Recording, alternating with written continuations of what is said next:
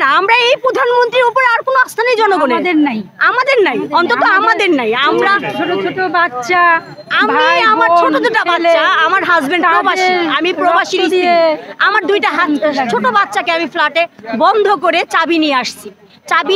আমি আসছি, আমার 18 কোটি 17 কোটি বাঙালি এখন ঘুমাতে পারতেছে না।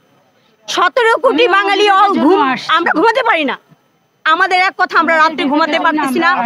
আমরা 52 ভাষা আন্দোলন দেখিনি, 1971 দেখিনি, কিন্তু তারপরে এই প্রজন্মকে রাজাকারের নাতিপুতি বলা হয়েছে। 6 সমন্বয়কারীকে জিবি হেফাজতে নিয়ে আদালত পর্যন্ত দেখিয়েছে, কিন্তু সেখানে আদালতের কোনো রায় ছিল না। ওনার দাবি বাঙালি এখন আর মানে না। আচ্ছা, আপনারা কি কোনো দলের ছত্রছায়া? না, আমাদের কোনো দল নাই।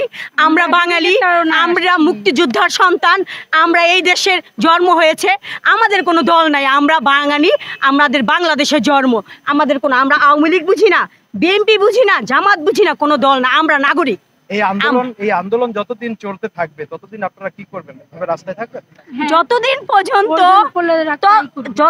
পর্যন্ত এই সরকার আস্থা না দিতে পারতেছে, যতদিন পর্যন্ত এই সরকার আমাদেরকে শান্তি ফিরায় না দিতে পারতেছে, ততদিন পর্যন্ত আমাদের আন্দোলন রাস্তায়।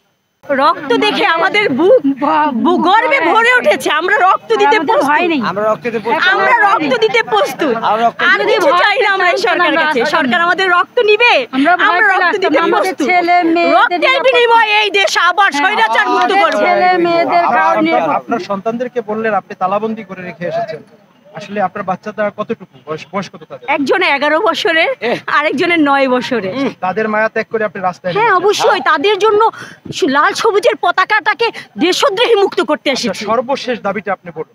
সর্বশেষ দাবি এই সরকারের কাছে যে পতন হওয়ার আগে আপনি আল্লাহর হস্তে 17-18 কোটি বাঙালি আপনি যদি চান যে আপনি আবার ক্ষমতা আসতে চাবেন, তাহলে আপনি তত্ত্বাবধান সরকার দেন, জনগণের হাতে দেশকে তুলে দেন, আপনি সসম্মানে আবার ভোট বিজয়ী হয়ে আবার আসেন।